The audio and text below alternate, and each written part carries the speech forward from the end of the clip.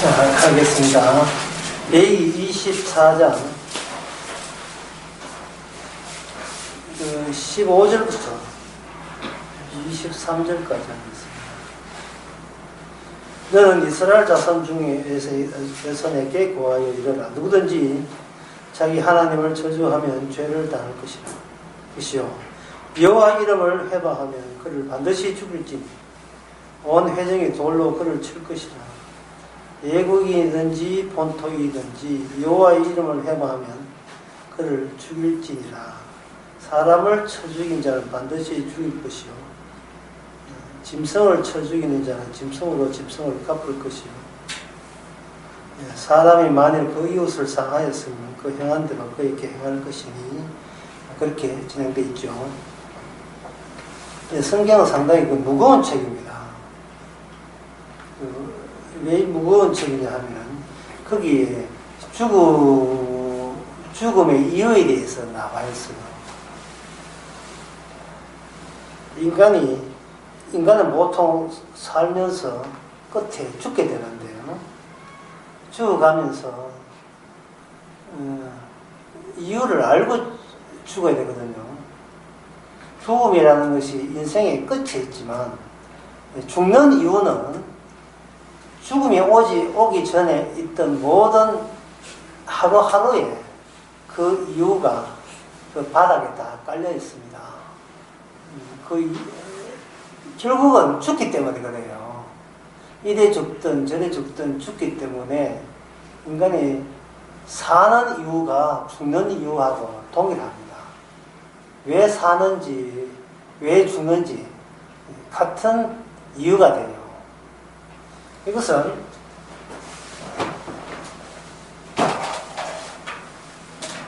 하나님 앞에서 사는 것과 죽는 것이 구분이 없대요. 구분되지 않는 겁니다. 사는 사람들 모였으니까 뭐 죽는 것은 남의 일 아니시 되지만 하나님 앞에서는 사는 것이 곧 죽는 것이고 죽는 것도 이게 하나님의 일이 돼요. 죽는 것도 하나님의 일이 된다면 사는 것도 하나님의 일이 되는 겁니다. 이러하면 너는 죽는다는 이 말은 우리 사는 것이 조건부로 살고 있다라는 것을 말씀하는 거예요.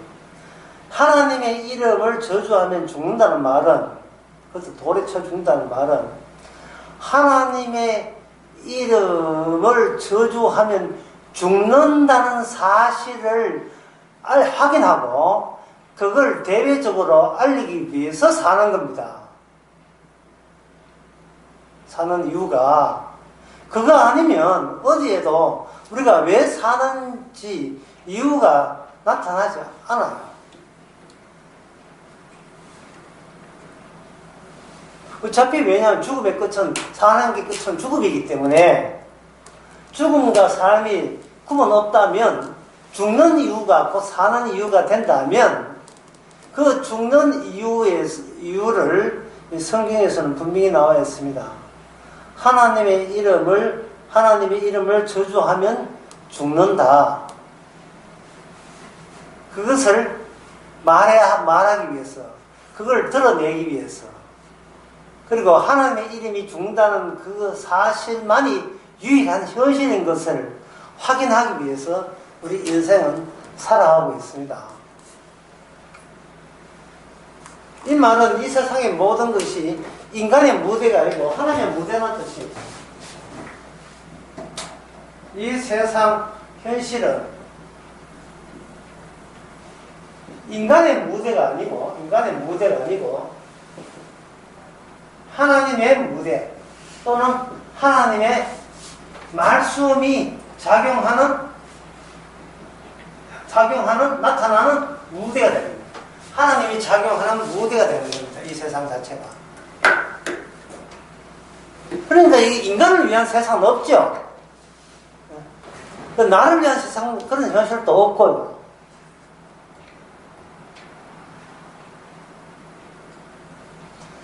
하나님께서 하나님의 이름을 저주하면 죽는다는 말은 이걸 바꾸어서 우리에게 이런 질문을 하는 것 같은 거예요. 너의 생명은 어디 있지? 라고 묻는 질문과 똑같습니다. 너의 생명은 어디 있지? 너의 목숨은 어디 있지? 뭐 길 가는 사람이 물어보시다. 당신 생명 어디 있습니까? 라고 한다면 그 사람은 화낼 겁니다. 질문을 해도 좀 알아먹게 질문해라. 알아먹게. 내가 이거 살아 움직인 것이 내 목숨이 내 안에 들어있다는 걸 뻔히 알면서도 당신의 목숨은 어디 있습니까? 당신의 생명은 어디 있습니까? 묻는 저희가 뭐냐? 묻는 이유가 뭐냐?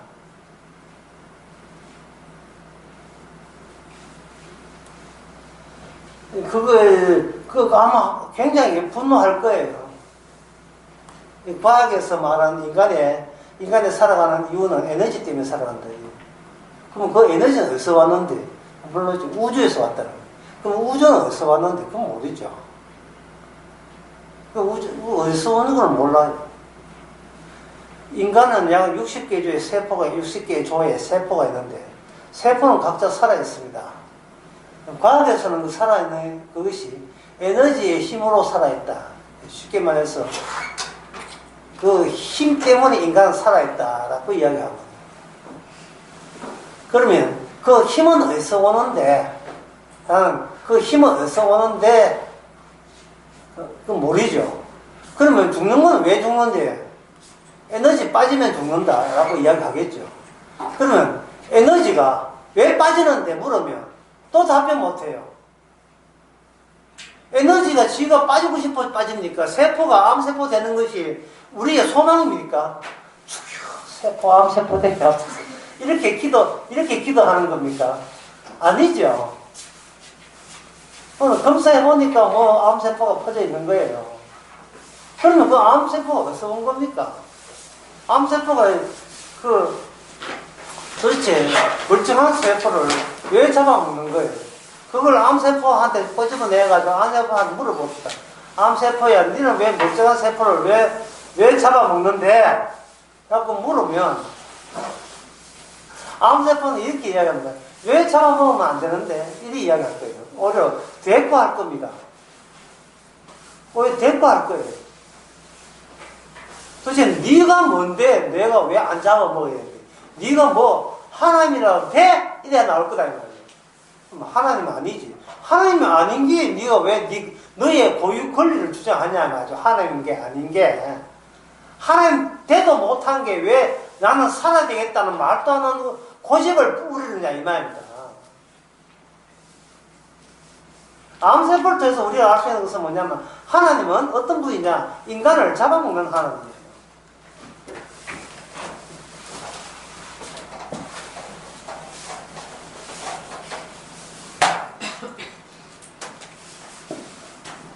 하나님은 어떤 하나님?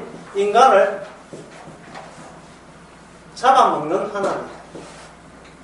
그만한 권리 있습니다. 그러면 인생이란 누구에 의해서, 누구에 의해 잡아먹히는 기간, 이게 인생이죠. 누구에 의해 잡아먹히는 건 누구가 누굽니까? 누구에 의해 할 때 누가 누구예요? 하나님입니다. 하나님에 의해서 잡아먹히는 그 기간이 인생이라는 거예요. 우리의 수명입니다. 하나님과 인간은 이렇게 엮여 있어요. 그게 그 현실 말고 다른 현실은 없습니다. 다시 한번 물어봅니다. 여러분의 목숨은 어디 있습니까? 여러분의 생명은 어디 있습니까? 라고 그 물을 때 세상 사람들은 그 질문조차도 이해 못합니다.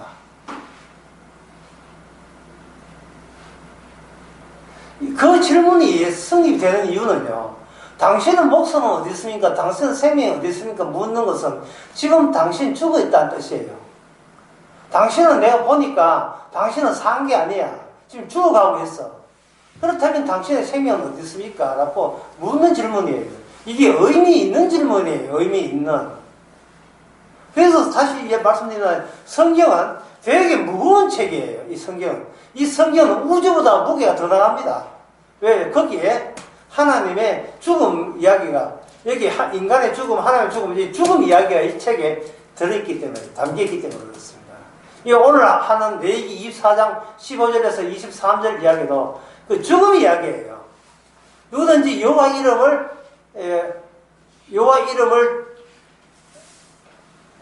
해방하면, 모독하면, 모욕하면, 또는 무시하면, 또는 외면하면, 또는 거부하면, 그는 반드시, 그냥 중요해. 반드시 죽일지는 이랬어요. 반드시. 그런데 인간은 뭐냐 하면은, 그냥 하나님의 밥이지요. 하나님 인간을 잡아먹는다, 이 말이죠. 밥이, 인간은 밥이라니까요.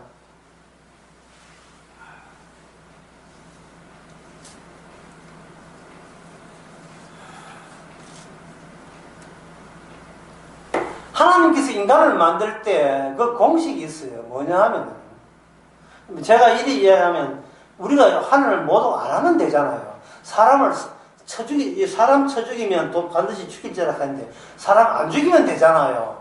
라고 이렇게 우리는 반발하고, 여기서 대들기 마련이거든요. 그러나 하나님께서 이런 말씀하는 취지는요, 하나님을 모독하지 않고 사람을 죽이지 않는다고 해서 생명이 현재 갖고 있는, 그렇게 해서 유지되는 생명은, 이거는 온전한 생명이 아니라는 취지로서 이야기하는 거예요. 우리가 15년 동안 한 사람을 살해하지 않았다고 해서 그 다음에 사람 안 죽인다는 법은 없고, 사람을 미워하지 않는다는 법은 없어요. 마태복음은 사람을 미워하게 되면 곧 살인자라 했어요. 아무리 버텨도 그 버텨봤자 그거는 영원히 삽니까? 한 번도 하나님께 모독 안 하고 한 번도 살인하지 않는다고 해서 그 90평생 80배 되면서 그렇게 살았다고 해서 그 사람이 안 죽고 죽음이 아예 없어지는 겁니까? 그건 아니잖아요. 그래서 하나님께서 율법을 주시는 취지가 뭐냐 하면 이거예요.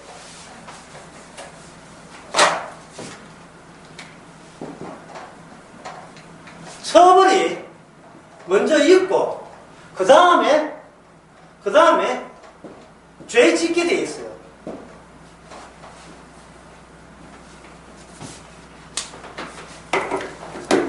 마음을 이래 모아야 굉장히 속이 편해요.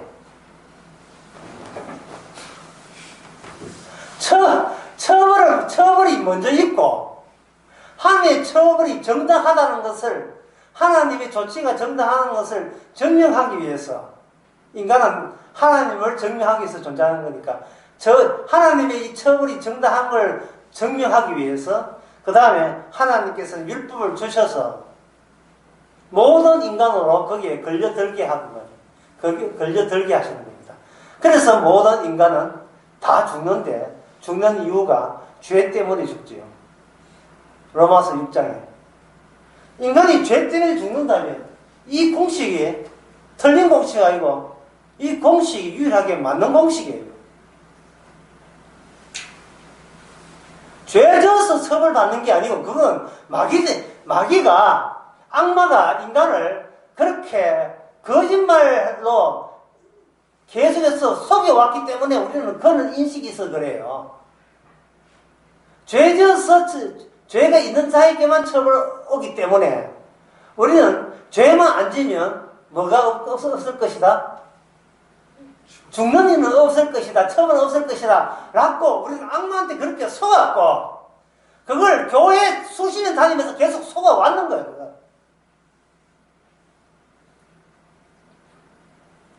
어느 누구 이게 반대로 이야기하는 사람 없어요. 처벌이 먼저 있다는 이야기를 한 사람이 없어요.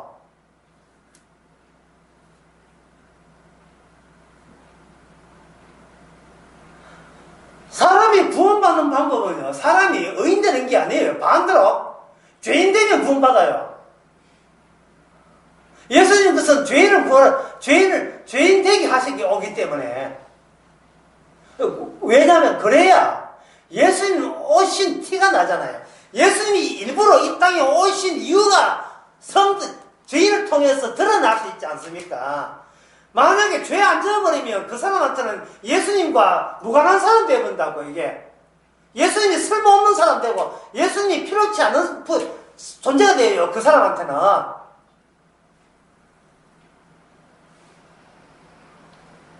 사람이 하루하루 살아가는 것은 죄 짓기 위해서 한다는 그 사실을 보고 우리는 무한히 기뻐하시기 바랍니다. 감사하시기 바랍니다. 성경책에 이렇게 펴놓고요. 보자, 오늘은 오늘 어느 항목에 걸려들었는가 보자. 이렇게 찾아보는 그 재미가 아주 솔솔합니다. 예? 그 찾아보는 재미요.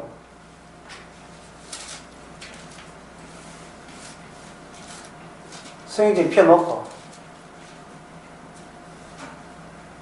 여러분 오늘 무슨 죄를 지었는지 내가 토정 비결 오늘 점제처럼 한번 찾아드릴까요? 디모데후서 3장 1절부터 한 16개, 15개 나오는데 한번 쭉 읽어보세요. 예? 읽어보고 해당 안 되거든 돌로 치고요.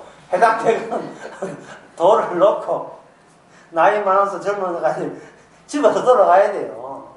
내가 이것을 알라 말세에 고통할 때가 있으니 사람이 자기를 사랑하면 first, 첫 번째 돈을 사랑하며 사람은 자기에게 목숨이 있다고 얘기합니다. 목숨이 있는데 이 목숨을 오래 더 든든하게 지키는 방법은 뭘까요? 돈입니다. 돈 있으면 사는데 유리하고요. 돈 없으면 사는데 불리하고요. 내일 누구들 결혼식 부산에 있는데 남자가 결혼하는 이유는 돈 때문입니다. 남녀 관계, 부모와 자식과의 관계는 돈 빼면 이야기가 안 돼요. 부모 자식과의 관계, 부부 관계도 일단 돈이 되니까 좋다고 희석거리면서 같이 놀러 다니는 거예요. 기본 베이스가 돈입니다. 돈 없는데 왜 삽니까? 말도 안 되는 소리야. 그 말도 안 되는 거거든요. 이 말은 뭐냐? 상대를 볼 때, 배우자를 볼 때, 내 돈 얼마나 관리 잘하냐, 또는 내가 먹고 사는 돈을 얼마나 충당해 주느냐, 돈을 거기에 보이지 않는 돈의 생각, 이미지를 가지고 상대하고 이렇게 한 가족이라는 이유 때문에 같이 이렇게 있는 거예요. 같이. 돈 벌어줄 때까지만. 왜냐하면 사람이 자기를 살리는 방법은 돈에 달리 적절한 방법이 생각이 안 나네요. 하나님의 한 푼도 안 보태주니까. 하나님은 돈 보태준 분 아니거든요. 하나님이 한 푼도 안 보태주니 믿을 것은 하나님이 아니고 돈만 믿을 거예요. 하나님 빈다고 돈 오는 거 아니니까요. 오히려 반대로 하나님은 돈과 하나님은 결말을 쓸 수 없게 해가지고 있는 돈까지 다 뺏어갈 요랑으로 쳐다보는데 그 하나님 감당하겠어요? 지금 하나님 뜻은 아까 말씀드렸지만 하나님 뜻은 인간을 잡아먹는 거예요. 하나님은 암세포입니다. 멀쩡한 잡아먹습니다.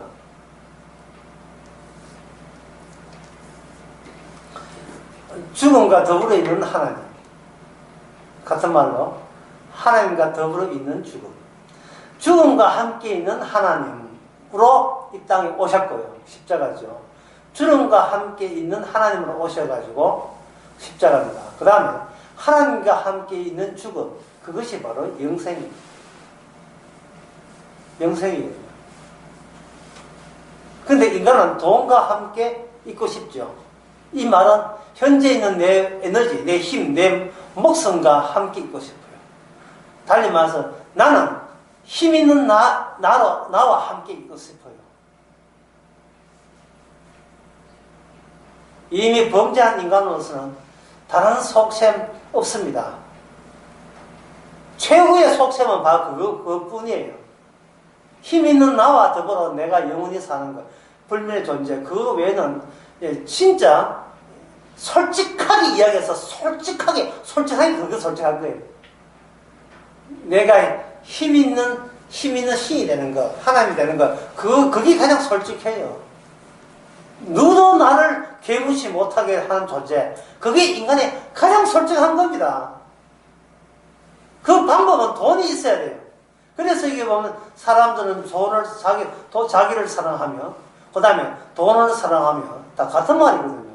자긍하며, 교만하며, 3, 자긍하며, 4, 교만하며, 5, 회박하며, 6, 부모를 거역하며, 7, 감사치 하며, 8, 거룩하지 아니하며, 9, 무정하며, 10, 원통함을 풀지 아니하며, 11, 참소하며, 12, 실제하지 못하며, 써나오며, 13, 사나우며, 14, 선한 것을 좋아하지 않으며, 15, 배반하며,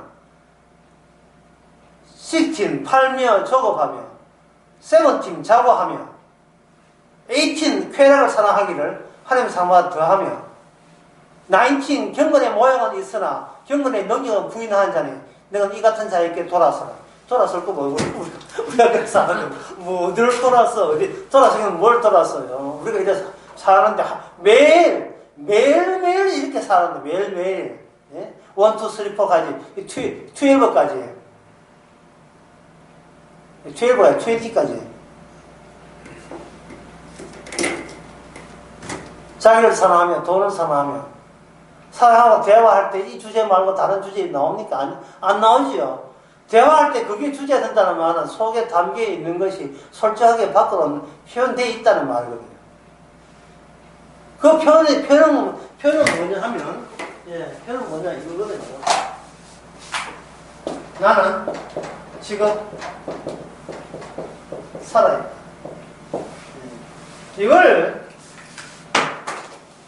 이것을 인간은 매일같이 숨기지 못하고 타인에게 이게 드러냅니다. 나는 지금 살아요. 그걸 가지고 뭐라고 하냐면, 그 타인을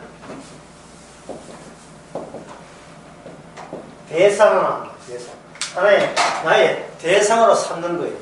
대상의 특징은 뭐냐면, 거리가 만들어져 있다. 거리라는 말을 알죠? 내 몸이 있고, 대상이라는 타인의 몸이 내 몸하고 그 앞에 있든지 거리가 띄어져 있는 거예요. 그걸 거리죠. 띄어져 있는 거예요. 하나님께서 우리를 잡아먹으면 어떻게 됩니까? 그건 하나님과 우리 사이에 거리가 띄어져 있는 거예요. 안에 들어와 버린 거예요. 암세포가 멀쩡한 세포를 잡아먹으면 암세포 안에 들어와 있죠. 그건 곧 죽음이죠. 하나님이 원하는 건 바로 그거예요.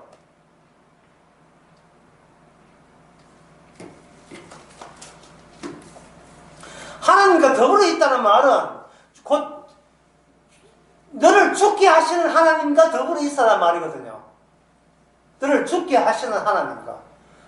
아무리 살라고 애써도 결국은 죽잖아요. 그걸 미리 하나님과 더불어 있는 거예요.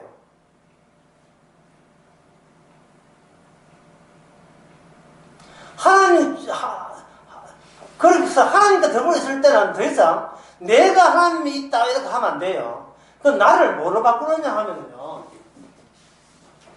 나를 뭐로 바꾸느냐. 죽음으로 바꾸는 거예요. 죽음의 어떤 증거. 죽음의 징후, 징조. 이걸 바꾸는 거예요. 그러니까 쉽게 말해서 이죽음, 김죽음, 최죽음, 박죽음 된다 이 말입니다. 예? 나는 죽은 자로서 하나님과 함께 있는 거예요. 그럴 때 여기서 뭐가 등장하냐 하면은 하나님과 함께 계신 분이 우리의 죽었으니까 우리를 통해서 유감없이 발휘가 돼요. 그분이 누구냐? 바로 주의 이름입니다. 주의 이름. 하나님이 아니고 예수님이에요. 예수님. 이 본문에서는 주의 이름이지만, 구약에서는 주의 이름이지만, 신약에는 예수님이에요.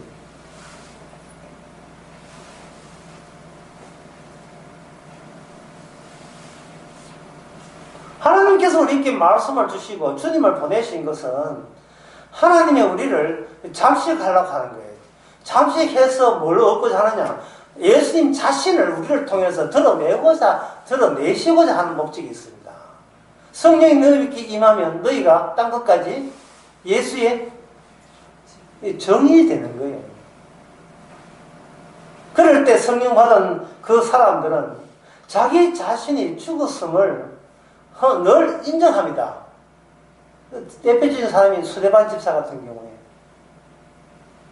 자기가 뭐 지금 돌이 날라와도 설교하잖아. 날라와도 죽은 자가 죽는 게 뭐가 그래 이상스러운 일입니까? 자연스러운 일이죠. 예수님도 그런 말을 했거든요. 어떤 제자가 예수님 따라가려고 하다가 갑자기 계획을 변경시킵니다. 다음에 따라갈 거예요. 따라가겠습니다. 왜? 우리 아버지 돌아가셨습니다. 예수님 하시는 말씀이 너무나 매정하게 들리죠. 죽은 자들로 하여금 죽은 자로 장사 지내고 너는 나를 따르라.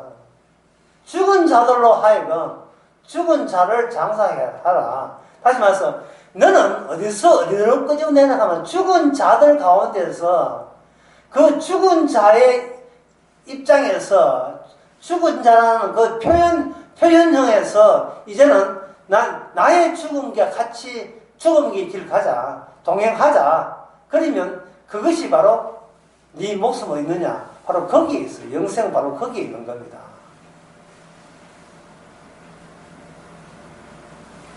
구약에서 하나님께서 이렇게 하면 죽인다, 저렇게 하면 죽는다, 뭐 하면 더 나중에 계속 추가가 돼요. 끊임없이 추가가 됩니다. 하나의 예를 들게 되면 여러분들이 아시다시피 이스라엘 나라가 벌써 하나의 나라가 둘로 쪼개졌지요. 북쪽과 남쪽으로 우리나라 남북처럼 갈라졌잖아요. 쪼개졌다 이 말이죠. 쪼개졌고 나중에는 북쪽은 622년인가 722년에 그때 북쪽 이스라엘이 먼저 멸망했고 그 다음에 남쪽 BC 586년에 남쪽 유다도 멸망하거든요. 그럴 때 그 사람이 그들이 아주 곱게 망했습니까? 아니면 무수한 사람이 죽어서 망했습니까? 무수한 사람이 죽어서 망했죠. 그 죽음에 대해서 분명히 하나님께서 선지자를 통해서 이야기했습니다. 바로 이스라엘은 내가 죽인다. 이스라엘 내가 죽인다.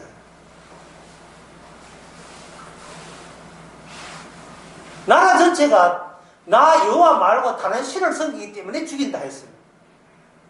그걸 한 사람 다 끄집어내가지고 저울 따라와가지고 네 바알 섬겼지 죽어라. 너는 여호와 섬겼나? 그럼 합격. 이랬습니까? 아니면 집단적으로 죽였어요. 집단적으로 죽였죠. 이스라엘은 내가 손대서 내가 바벨론이 났는지 아수르는 내가 쥔 몽둥이라고 했어요. 이사야에. 몽둥이를 패가지고 북쪽 나라 다 내가 멸망한다고 이야기하는 것은 개인적으로 뭐 불러대가지고 착한 거 빼주고 이런 거 없어요. 그냥 단체로 다 죽여버리는 거예요. 단체로.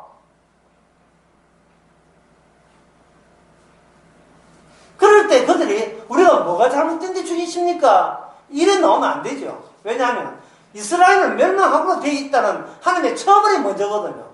처벌이 먼저고, 그러니까 하나님의 처벌하겠다는 예언이 정확하게 맞아떨어지기 위해서 그들 주변에 많은 이방 민족들이 포진해 있다가 그들이 이방 민족의 그 자살한 면면을 보고 따라갈 수밖에 없도록 막 유혹을 허락하신 거예요. 여러분 아시다시피 선악과 따먹지만 하면 죽으려 했죠. 했는데 창세기 거의 2장이 있거든요. 그럼 3장에 보면 아담과 하와가 선악과 따먹었어요? 안 따먹었어요?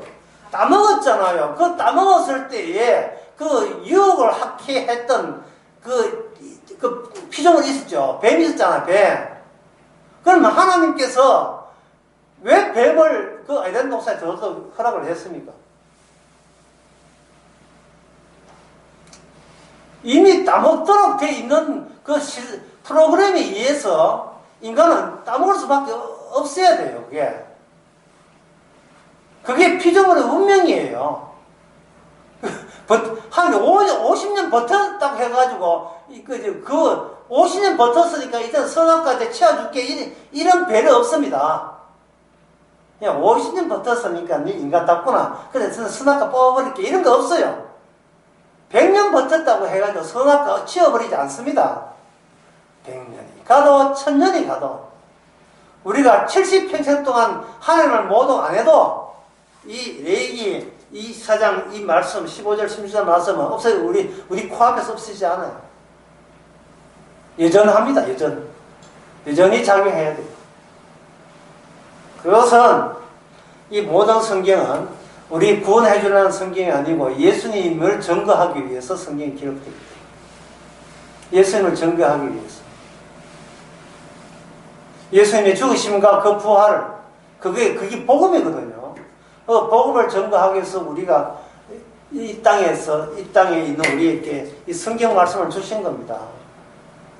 그래서 성경을 보실 때는 내가 어떻게 구원받는가를 시작하면 안 되고 도대체 예수님은 왜 그런 행위를 했을까? 왜 그런 행위를 했을까? 출발을 그거부터 해야 돼요. 왜 주님께서는 이 땅에 오셔서 누구 죽어달라 했습니까? 누구 고생하라 했습니까? 본인이 알아서 꼭 죽어놓고 네 책임이라고 이렇게 하실 때에 그게 하나님의 일이거든요. 자기 아들 이 땅에 죽게 만드는 게 하나님의 일입니다. 라면 끓일 때 맛있게 라면 끓이는 게 그게 하나님의 일이 아니고, 예? 운전할 때 이렇게 갑자기 차가 없어지고 혼자 운전 시원하게 사는 게 이게 주의 일이 아니고요.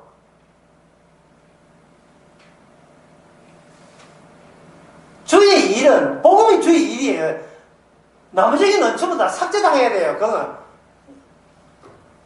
왜 복음만을 생각 못하냐 하면은 주님의 죽음 앞에 실은 다른 문제는 이게 문제거리도 안 되거든요. 예수님이 죽었다는 그 복음 문제, 그 복음 앞에서 우리는 이미 아까 말했어 우리 이미 죽은 자죠. 최죽음, 박죽음, 김죽음은 갑자기 이미 죽은 자거든요. 이미 죽은 자이기 때문에 주님의 죽음 앞에 이미 죽은다는 그 사실, 그 유일한 현실, 그 현실을 빼놓고 나머지는 다 꿈 같은 거예요. 드림. 단 아무 헛방이고 허상이고 아무것도 아닌 문제예요. 그런데 아까 제가 읽었던 디모데 후서 3장 같은 그런 경우를 보게 되면 사람이 마지막 때에 자기를 사랑하니까 갑자기 자기를 사랑하니까 자기 문제가 예수님 죽은 문제보다 더 급한 문제고 더 심각한 문제라고 오인하는 겁니다. 돈을 사랑하니까 사람이 돈을 사랑하고 자기 잘났지 하니까 자기가 남에게 못나지고 신비스럽게 되는 것이 아주 중요한 문제고 사살할 만큼 중요한 문제라고 착각들을 하는 거예요. 시작을 예수님 죽음부터 출발 안 하니까.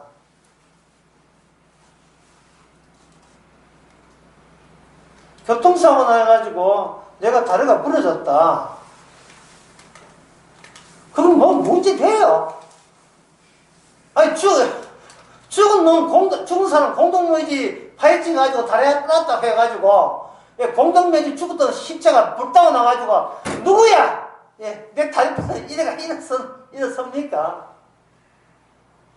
죽은 인간 그 다리 하나 부러졌다고 해서 그게 뭐 그래? 그게 고민거리가 되고, 눈물 흘릴 일입니까, 그게?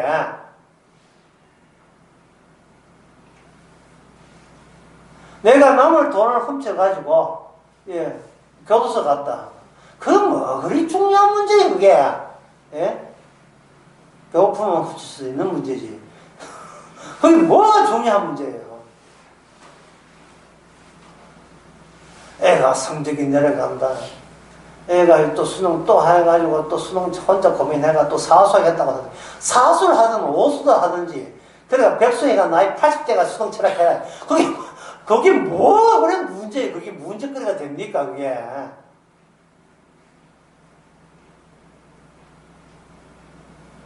성경이 무거워야 되는데 본인이 너무 무거워.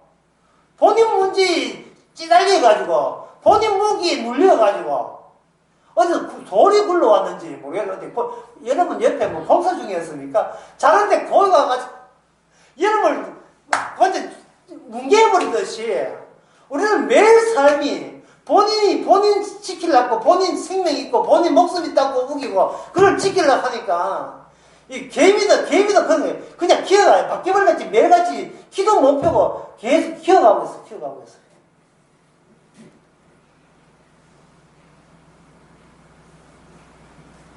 골프 치는 그런 일을 하면서 골프 캐디 일을 하는 아주머니들이 복음을 알게 되면, 복음을 모르게 된다면 오늘 또 어떤 또 단골 거기에 나를 또 성추행하고 또 얼마나 놀리고, 얼마나 또 내 신세 무시하고 하나. 그게 고민이 돼가지고 출근하는 것이 어두워요.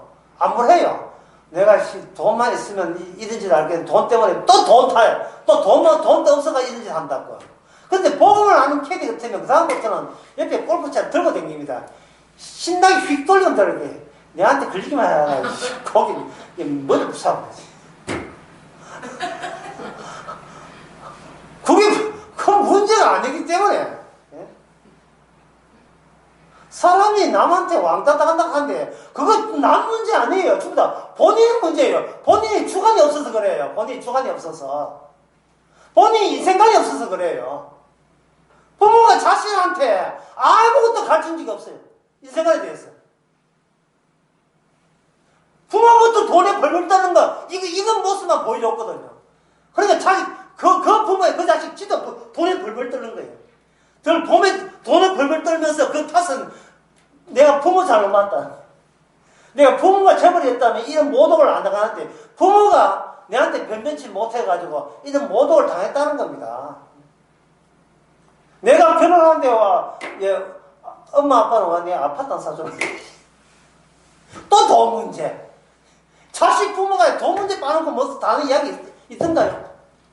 돈 문제 빼놓고. 아이고, 이놈의 자식이 어디서 나와요? 보니까 나왔죠.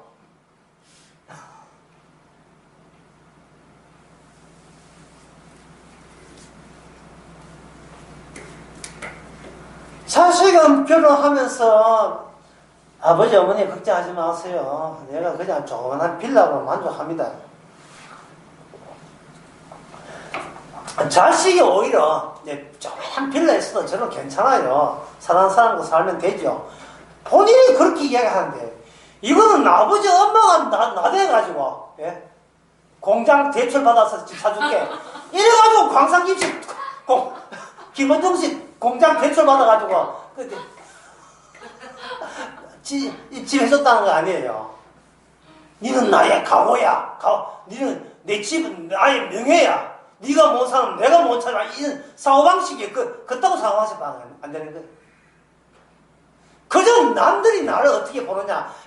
그것에 찔려서 평생을 살아봅니다. 그걸 가지고 뭐라고 했습니까? 그걸 뭐라고요? 대상아, 남을 앞에 두고, 자기 옆에 두고, 거리를 두면서, 너희들이 나를 함부로 대하지 말란 말이야. 나 이 정도야. 누가 뭐라고 했어요? 본인이 거기에 굉장히 예민해져 있는 거예요. 거기에 굉장히 예민해져 있는 거예요. 본인이.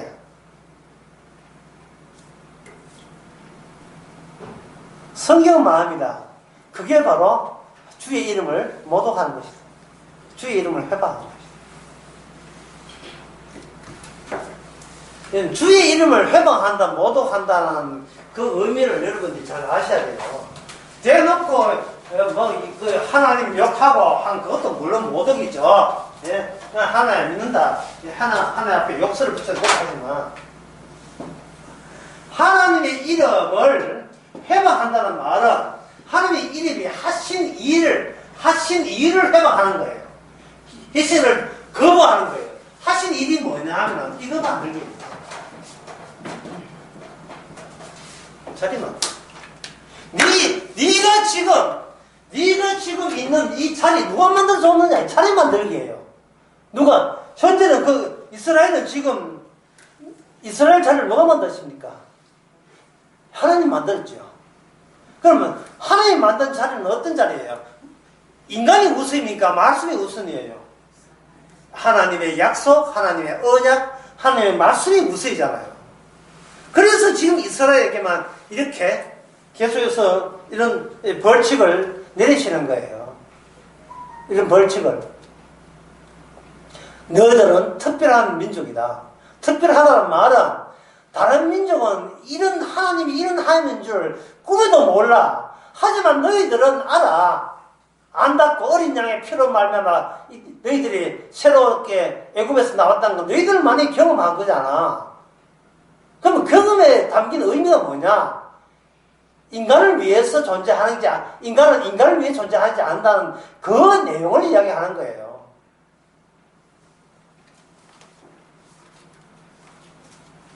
고린도전서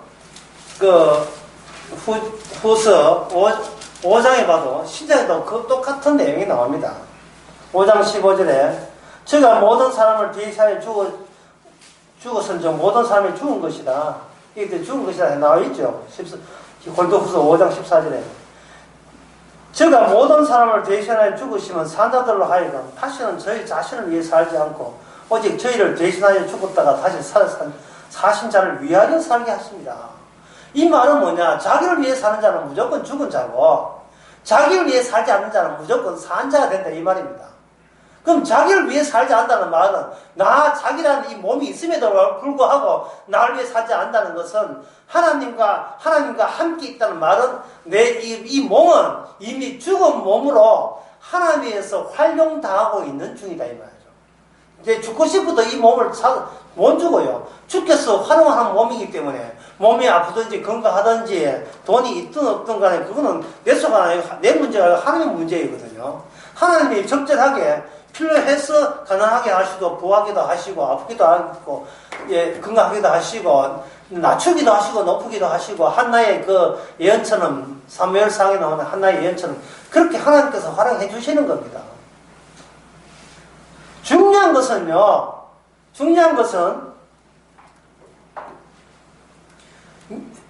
하나님을 더 이상 하나가 된 이상은 하나님을 대상화할 수가 없다는 겁니다. 만약에 하나님을 대상해버리면 어떻게 되느냐? 자, 내가 여기 있고 하면 내가 여기 있다 이 말은 여기 내 자리가 마련되어 있는 거예요. 예, 이거는 뭐가 되냐? 내 것이 되겠죠. 저기 거리가 있잖아요. 아까 거리 했죠. 거리를 떼어야 대상화 된다. 대상. 예? 화가가 그림 기를 때 그림판하고 화가가 띄어져 있잖아요. 손대가 그리잖아요. 그 거리가 띄어져 있어.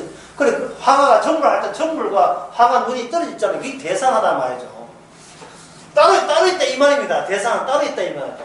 하나님 따로 있으면 이거는 하나님 것이 되겠죠. 그런 내 것과 하나님 것이 구분되어 있는 이상은 이미 이것이 하나님에 대한 공통의 자리가 아니잖아요. 공통의 자리. 함께 있는 자리가 아니면 그러면 그건 뭐가 되어버려? 이건 이스라엘이 아니죠. 그냥 이스라엘 속에 있는 박물관에 하나님 모셔두는 거죠.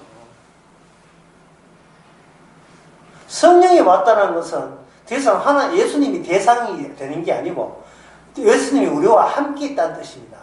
성령이 왔다는 말은. 예수님이 영이 왔다. 다른 말로 하면 예수님의 마음이 왔다. 이걸 예수님의 마음을 온 것을 성경에서는 고린도전서 이걸 두 장을 뭐라고 하냐 이걸 가지고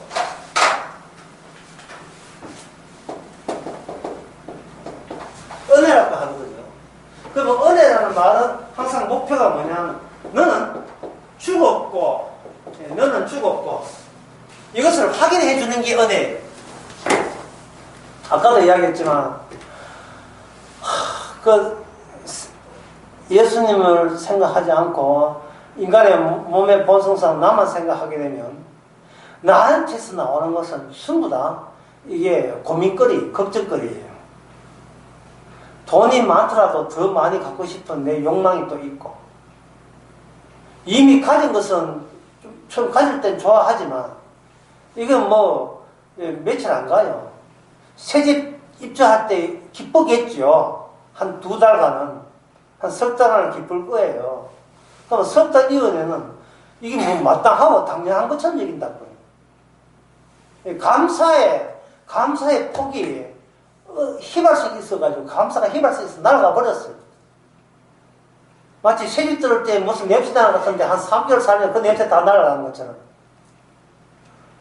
은혜를 줘도 고마운 줄 모르는 거예요. 그럴 때 다시 한번 주께서 은혜를 줘버리면 이 집이 내 자리가 아니고 주님의 명의로 되어 있다는 사실, 주님은 명의로 되어 있는 사실이고, 주님이 주님답기 위해서 이 집에서 나로 하여금 내가 하는 계획, 나의 스케줄, 나의 시나리오, 나의 모든 어떤 목표 같은 것을 주께서는 아예 그걸 완전히 개무시해버리는 거예요. 완전히 이거 없애버리는 식으로 주께서 일하시는 거예요. 없애버리는 식으로. 사람이 계획이 있으면 그 계획 때문에 조마조마하고 가슴 졸이고 이래요. 어쩔 줄 몰라가지고 벌벌 떨고, 이 벌벌 떨고 가슴 졸이고 걱정된다는 말은 뭐가 날아갔습니까? 주님에 대한 감사가 이미 날아가 버린 거예요.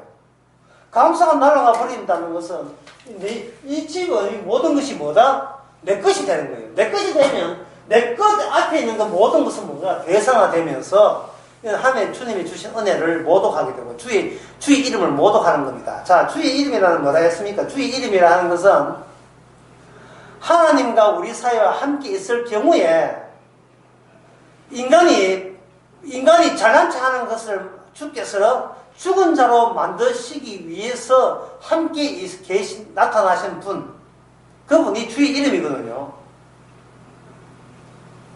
하나님은 죽을 리가 있습니까? 하나님 대신 이 땅에 와서 죽으신 분과 함께 있을 때 하나님과 인간 사이에는 그냥 만나면 죽어버려요.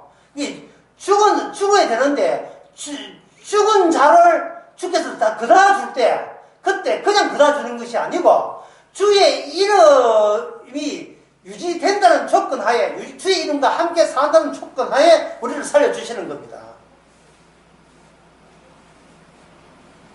그냥 죽을 때 혼자 죽고 살 때도 혼자 사는 게 아니에요. 죽을 때 혼자 죽더라도 살 때는 주의 이름과 함께 죽으면 그게 함께 살리라가 돼요. 아까 제 처음에 질문 뭡니까? 당신의 생명은 어디 있습니까? 당신의 몫은 어디 있습니까? 주 안에 있죠. 주님 안에 있는 거예요. 다른 말로 하면 하늘나라에 있어요. 하늘나라 생명이 있습니다. 주님 안에 있어요. 주님 안에 있으니까 내 안에 생명이 있다고 자꾸 묻지 마라. 짜증난다 나 정말. 주님 안에 있어. 나 주와 함께 있기 때문에 그것이 나의 생명이다 라고 이렇게 답변하게 되죠. 그러면 내한테 일어나는 이 모든 문제는 그다지 심각한 문제 아니고, 중차대한 문제도 아니고, 하나님 보시기에 가장 중요한 것은 우리 주님이 죽으셨고 다시 살았다는 그 복음이 하나님 앞에 가장 중요한 문제입니다. 그게 기준을 해서, 지금까지 이야기하는 기준에 해서 인간을 4가지 유형으로, 제가 이미를 한 나눠봤어요. 4가지 유형으로. 4가지 유형. 4가지 타입이죠. 유형. 인간 삶의 4가지 유형. 첫 번째는 악착같이 살려는 자. 악착같이 살려는 자. 99.999%. 두 번째는 살렸고 애쓰지 않는 자. 겉으로는 이 사람이 많은데 건드려 보면 2분에서 1분 가버려요. 겉으로는 빈말로 이 사람 많아요. 요양원에 가면 있는 사람 많아요.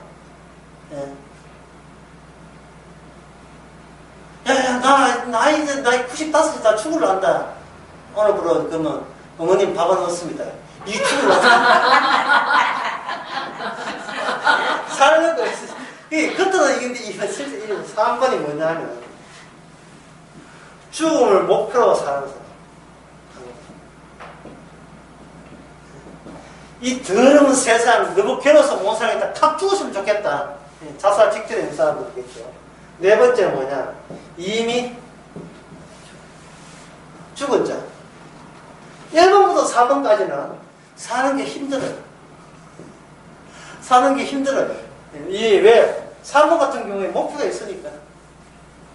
살려고 애써봤자 몸은 너무 2번 되려고 해도 자꾸 몸은 1번을 추구하니까 이것도 그 개인이 있어서 힘들어요. 그러나 이미 죽은 자는 이것이 바로 성도입니다. 10분 쉽시다.